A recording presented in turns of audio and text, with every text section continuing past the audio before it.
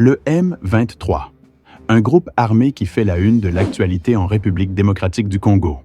Qui sont ses leaders? D'où viennent-ils? Et quel rôle jouent-ils dans le conflit qui secoue l'Est du pays? C'est ce que nous allons voir dans cette vidéo. M23, c'est quoi?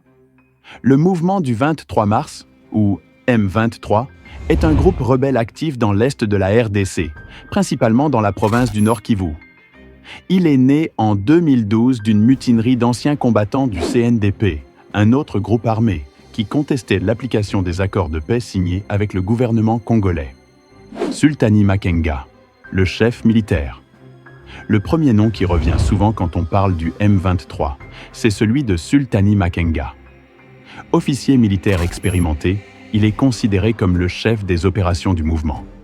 Ancien membre des forces armées congolaises, il a rejoint plusieurs rébellions avant de prendre la tête des combattants du M23. Bertrand Bisimwa, le chef politique. De l'autre côté, nous avons Bertrand Bisimwa. Contrairement à Makenga, c'est un civil, un juriste de formation qui joue le rôle de porte-parole et de chef politique du M23. C'est lui qui prend la parole devant les médias et qui tente de justifier les actions du mouvement sur la scène diplomatique. Le soutien régional et les accusations. Le M23 est régulièrement accusé d'être soutenu par le Rwanda, une accusation que Kigali rejette, mais que plusieurs rapports de l'ONU ont confirmé. Ce soutien extérieur alimente les tensions régionales et rend le conflit encore plus complexe. Conclusion. Quel avenir pour le M23? Le M23 est aujourd'hui un acteur incontournable du conflit en RDC.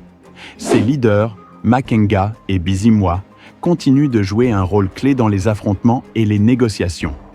Mais la grande question reste, jusqu'où ira ce mouvement? La paix est-elle encore possible?